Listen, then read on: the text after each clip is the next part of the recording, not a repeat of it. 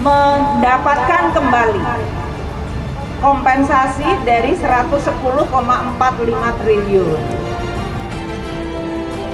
Hari ini kita mencoba mendapatkan salah satu aset dari obligor yang selama ini tidak dikuasai oleh negara.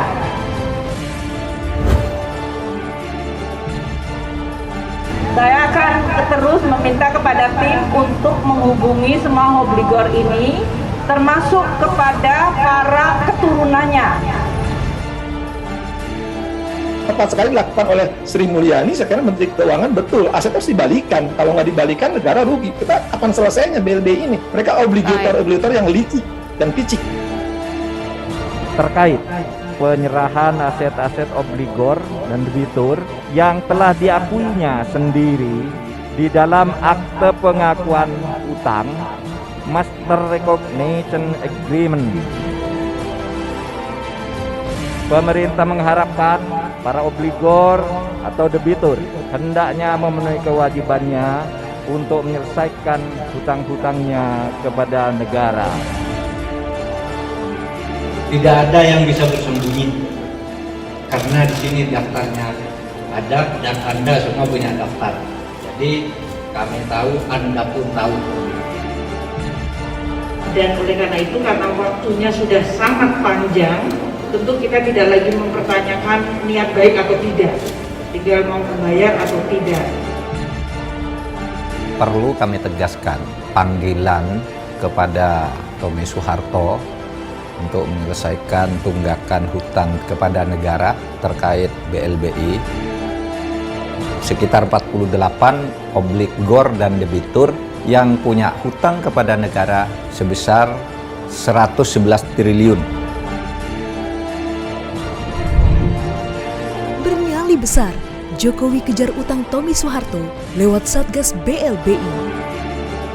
Bukan tidak mungkin jika nanti di dalam perjalannya bisa mengandung atau disertai dengan tindak-tindak pidana.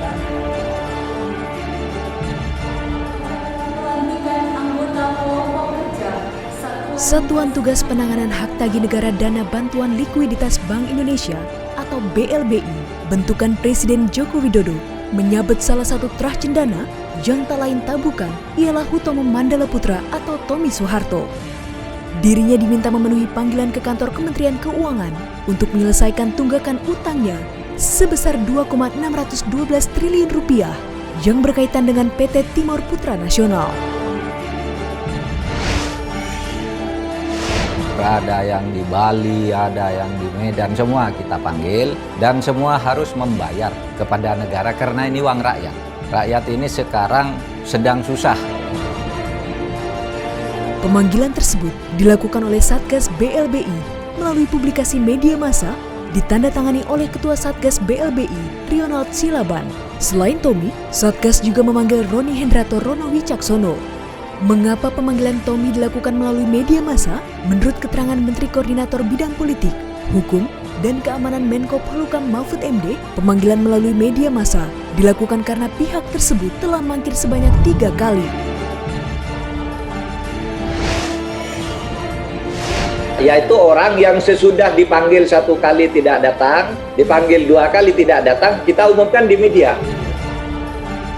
Barulah melalui pengumuman tersebut, Tommy mengutus kuasa hukumnya untuk memenuhi panggilan.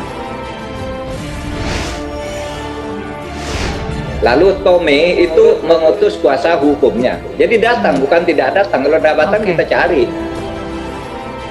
Lebih parahnya lagi, pemerintah melalui Menko Polhukam Mahfud MD menyebut ada sekitar 48 obligor dan debitur yang dipanggil terkait penagihan utang BLBI. Yang kemudian jumlah total utang bos PT Timor dan 47 obligor atau debitur lainnya ini adalah sebesar 111 triliun rupiah. Fantastis bukan? Sekitar 48 obligor dan debitur yang punya hutang kepada negara sebesar 111 triliun. Di periode terakhirnya ini, Presiden Jokowi benar-benar bekerja tanpa beban dan tanpa takut. Para pengemplang BLBI dikejar, termasuk Pangeran Cendana Tommy Soeharto. mungkin langkah-langkah ke depan akan jauh lebih sulit. Kita mungkin akan berhadapan dengan aset-aset yang berada di luar negeri, yang tadi jurisdiksi dan sistem hukumnya akan berbeda dan pasti membutuhkan proses hukum yang lebih kompleks. Tapi kita tidak akan mengenal lelah dan menyerah. Kita akan terus berusaha mendapatkan hak kembali dari negara untuk bisa dipulihkan. Presiden Jokowi menargetkan untuk menuntaskan kasus penagihan utang BLBI senilai 111 triliun rupiah di 2023. Dirinya menggandeng kepolisian, TNI, BPK, para menteri, dan lembaga terkait lainnya agar jangan sampai ada yang lolos. Maka dari itulah, Menteri Mahfud memastikan seluruh obligator dan debitur yang terlibat skandal BLBI akan dipidana bila tidak membayar utang.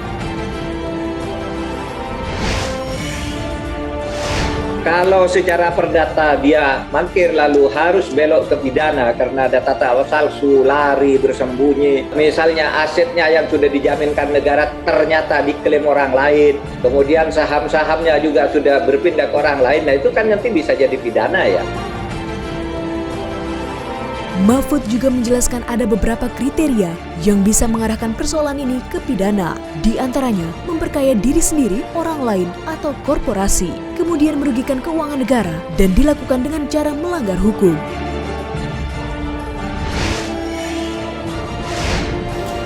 Kalau akan terjadi pembangkangan, meskipun ini perdata, supaya diingat bahwa kalau sengaja melanggar hutang keperdataan ini bisa saja nanti berbelok ke pidana. Karena apa?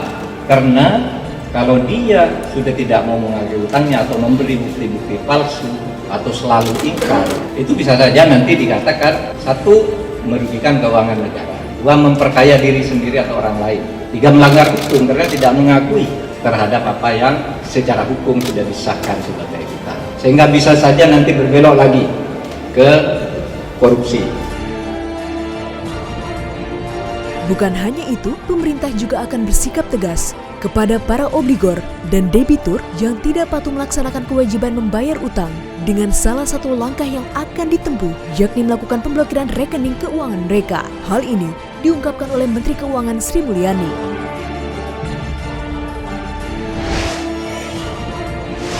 Kita akan bekerja sama dengan Bank Indonesia dan OJK agar tadi akses mereka terhadap lembaga-lembaga keuangan bisa dilakukan pemblokiran. Ini adalah sesuatu yang bisa kita juga lakukan karena nama-nama mereka jelas, perusahaannya mungkin dulu ada, aset tracingnya menjadi penting dan kemudian obligasi atau kewajibannya bisa diidentifikasi.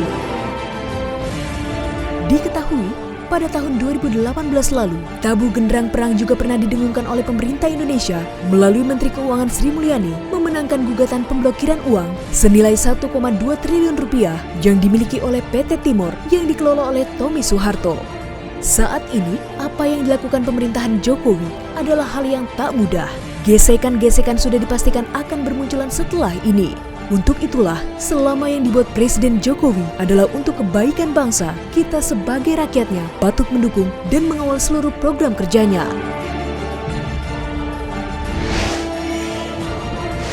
Pemerintah dalam upaya pemulihan hak tagih negara atas hutang negara dana BLBI dilakukan secara serius dan terus-menerus.